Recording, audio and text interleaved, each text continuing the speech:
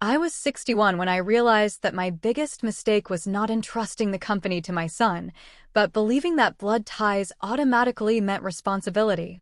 I was not a weak woman. Never. But I was a woman who had long confused restraint with wisdom.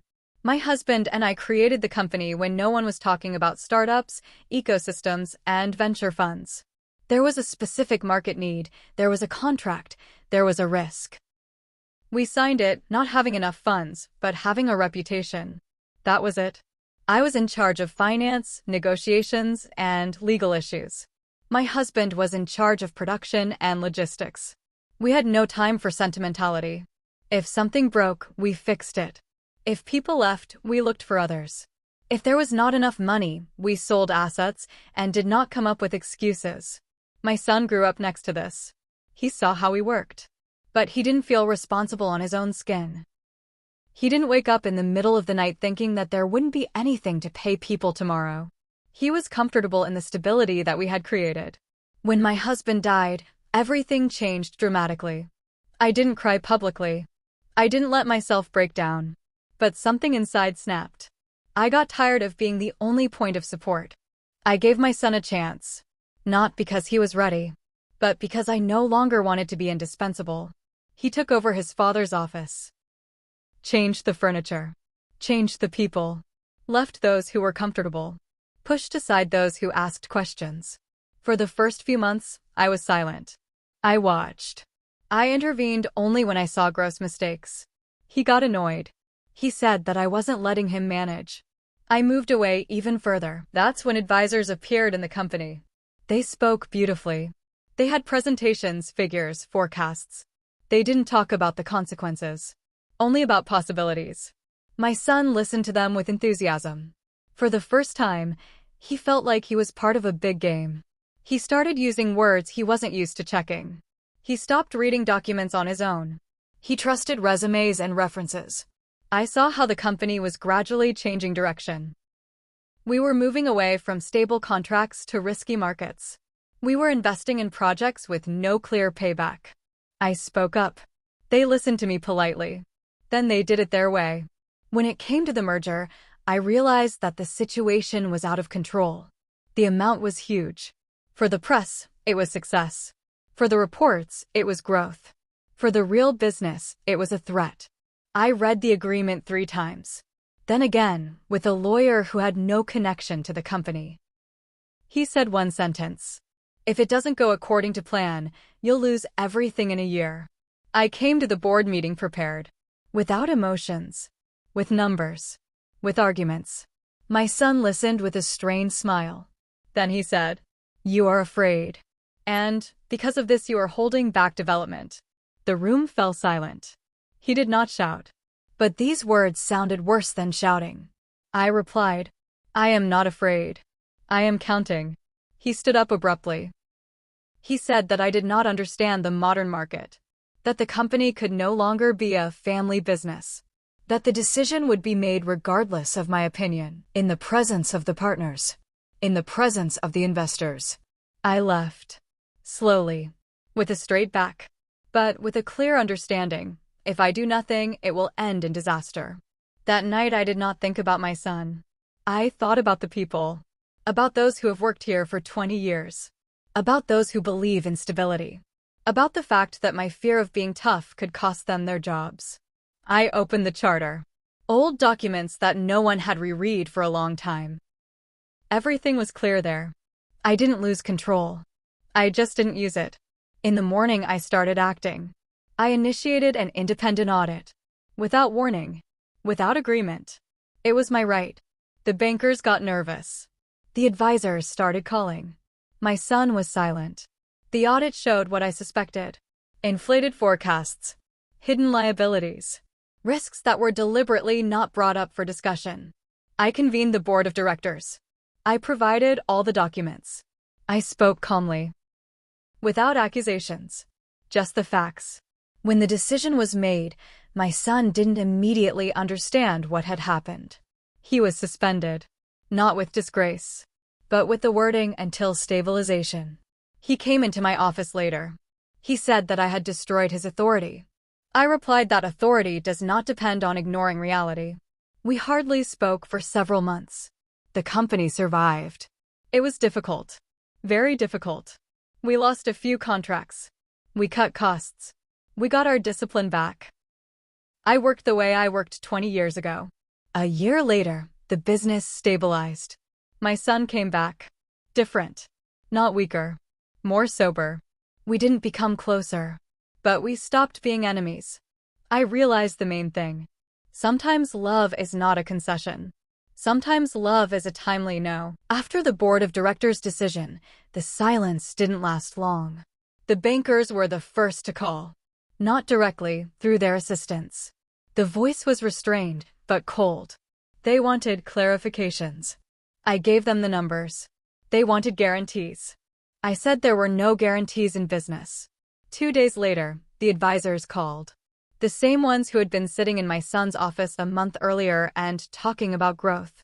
Now they were talking about reputational risks. That the market might not understand. That my actions looked like a personal conflict. I answered briefly. It's not personal. It's numbers.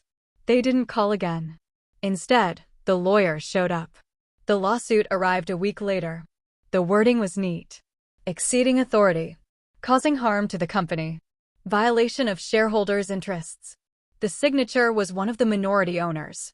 But I knew who was behind it. My son. I didn't feel anger. Only tiredness. The same tiredness you feel when you realize that the person you've been silent for years is ready to go further than you expected. The lawyers brought the documents. I read in silence. I didn't rush. I knew it would be long. The trial began quickly. Too quickly. This meant that preparations were underway in advance. Someone knew that conflict was inevitable. At the first hearing, my son didn't look at me. He looked at the table. His lawyer spoke. He spoke correctly. Clearly. Confidently. Without emotion. They tried to portray me as a person who is afraid of losing power. A person who uses formal levers to control a mature leader. A person who hinders development. I listened. And for the first time in a long time, I felt cold inside. Not fear. Awareness. At the second hearing, one of the former directors spoke. The one who was fired after the audit. He talked about the atmosphere of pressure. About bias. About the fact that I had wanted to remove my son from the very beginning. It was a lie, but it sounded convincing. I realized that I would not lose in court. I would lose in the eyes of people. At the same time, pressure began from within the company. Not openly. Silent. Someone leaked information. Someone delayed the implementation of decisions. Someone began to make mistakes in documents. I did not organize purges. I observed, recorded, memorized. In the third week of the trial, the bank suspended one of the credit lines. Formally, due to increased risks. In fact, due to rumors. We lost one major client. He did not want instability. I did not convince. I understood. At some point, I was left alone in my office late at night. The lights were turned off. I sat in the dark and didn't count money. I counted years. I could have stopped everything. I could have gone to the Peace Council, handed over management, close my eyes, walk away. And then I realized, if I did this, I wouldn't lose the company. I would lose myself. The next day I gave the order to publish the audit results in full, without denominations, without mitigations, with all the numbers, with signatures, with dates. It was a blow. The advisors, who had recently spoken about prospects, suddenly disappeared from the information field. 2 of them had appeared in other similar cases. Journalists quickly found out about this. The trial changed its tone. My son's lawyer became more cautious. Witnesses were confused. Some refused to testify. At one of the hearings, my son raised his head and looked at me. For the first time in a long time. There was no anger in his gaze. There was fatigue. And something like fear. After that he called.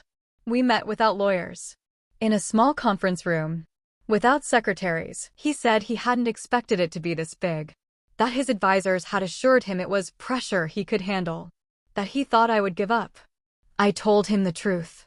I thought I would give up too. But I can't. He was silent for a long time.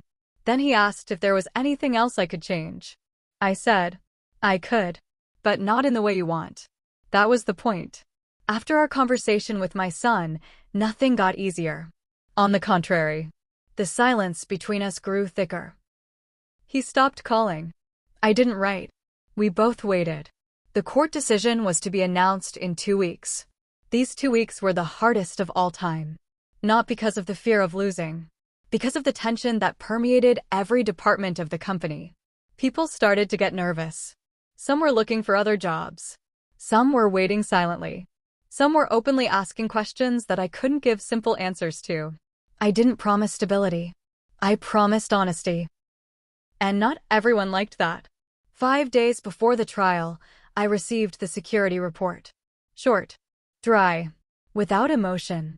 It stated, leak of internal documents, unauthorized access to financial forecasts, attempted redirection of payments through a subsidiary. I browsed the pages slowly. Each line was confirmed, with dates, IP addresses, signatures. There was one person at the center of the scheme. Not an advisor. Not a minority shareholder. My son. He wasn't just suing. He was preparing a backup plan. If he lost, the company would collapse. And with it, my reputation. I didn't cry. I felt an emptiness. The kind that comes when there are no more illusions left. I could have stopped it right away. Call him out. Make a scandal. But I didn't. I decided to act the way I always did in business. I gave the order to block all key accesses. Without explanation. Without public statements. The lawyers prepared statements for the court. The finance department switched operations to manual mode. In the morning, he called himself. His voice was tense. What are you doing? He asked. I'm defending the company, I answered. He shouted. For the first time in a long time. He said I was destroying him. That I had crossed the line. That I had made him an enemy. I listened in silence.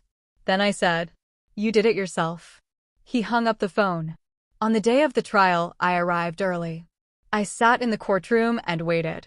I no longer tried to control the outcome. I knew, no matter what happened, I had done everything I could. The decision was announced without pathos. The court found my actions legal. The audit was well-founded. The interference was justified. The lawsuit was dismissed. Formally, I had won. In fact, the war was not over yet. That same day, my son filed an application to sell his share to an outside investor. Without my consent.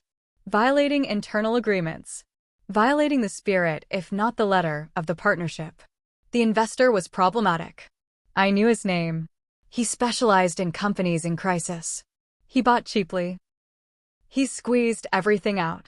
He closed. It was a blow not to me, to the business. I realized he was ready to go all the way. Not to win, but to make me lose. I called a board of directors. No emotion. No morality. Just the facts. We had 3 options. Buy out his share at an inflated price. Block the deal through the courts. Let it happen and prepare for the worst. The first option was expensive. The second was long. The third was dangerous. I asked for time. That night I lay awake. I didn't think about the company. I thought about the child whose hand I once held. About the boy who was proud of me. About where exactly we lost each other. In the morning, I made a decision. I agreed to the buyout. It meant losing a significant part of the reserves. It meant years of rebuilding. It meant that I would permanently sever not only the business relationship, but also something much bigger. We signed the documents without meeting. Through lawyers. Through bills. Through numbers. He was no longer part of the company. When it was all over, I was alone in the office. I looked at the wall where the photos of us had once hung. I had taken them down a long time ago. I didn't feel relief. I felt silence. After the share buyout, the company didn't go bankrupt. But it became different. The first few months were difficult. Reserves disappeared. I had to abandon several projects that were considered promising just yesterday. I regained manual control of finances. I checked everything. Without trust, but with respect for the facts. People looked at me differently, without fear, but without warmth. They saw that I had made a choice that not everyone is capable of. And at the same time, they understood the price. The company lost speed, but gained stability. We were no longer running. We counted every step. 6 months later, one of the top managers came up to me after a meeting and said, "You saved the business, but you paid too much." I replied, "There are no cheap solutions in such situations." I haven't heard from my son for almost a year. No messages. No news. I didn't look for it. I knew, if he wants to, he will find a way himself. 9 months later, I got a call from an unknown number. It was him. The voice was different. Calm. No pressure. He said the investor he had sold the stake to had done exactly what I had predicted. Downsizing. Selling assets. Pressure. He walked out of there with no money and no position. I didn't say, "I warned you." I just kept quiet. He asked if we could meet. I agreed. We met in a coffee shop. Not in the office. Not at home. On neutral territory. He looked older. Not physically, inwardly. He spoke slowly. Carefully. He said he now understood why I had been tough. He said he wasn't looking for a comeback. He just wanted to talk. I listened. I didn't interrupt. He asked if there was a chance we could work together again. I didn't answer right away. I looked at him, and for the first time in a long time, I felt no pain. Just clarity. "No," I said. "Not together." He nodded. He didn't argue. He seemed to be expecting this answer. I added, "But you can build your own. Without me. And it will be fair." We parted ways peacefully. Without hugs. Without a scene. We just went our separate ways. Another 2 years have passed. The company is standing. Not the biggest. Not the loudest. But it's alive. People work. Salaries are paid. Contracts are fulfilled. I'm gradually moving away from operational work. I'm handing over authority to those who have proven not loyalty, but responsibility. Sometimes I'm asked if I regret that choice. I answer honestly. I regret that it became necessary at all. But if I had to choose again, I would do the same. Because you can restore a business. Sometimes your reputation. And not always yourself. Sometimes the hardest decision is not to maintain contact. And to let it go in time.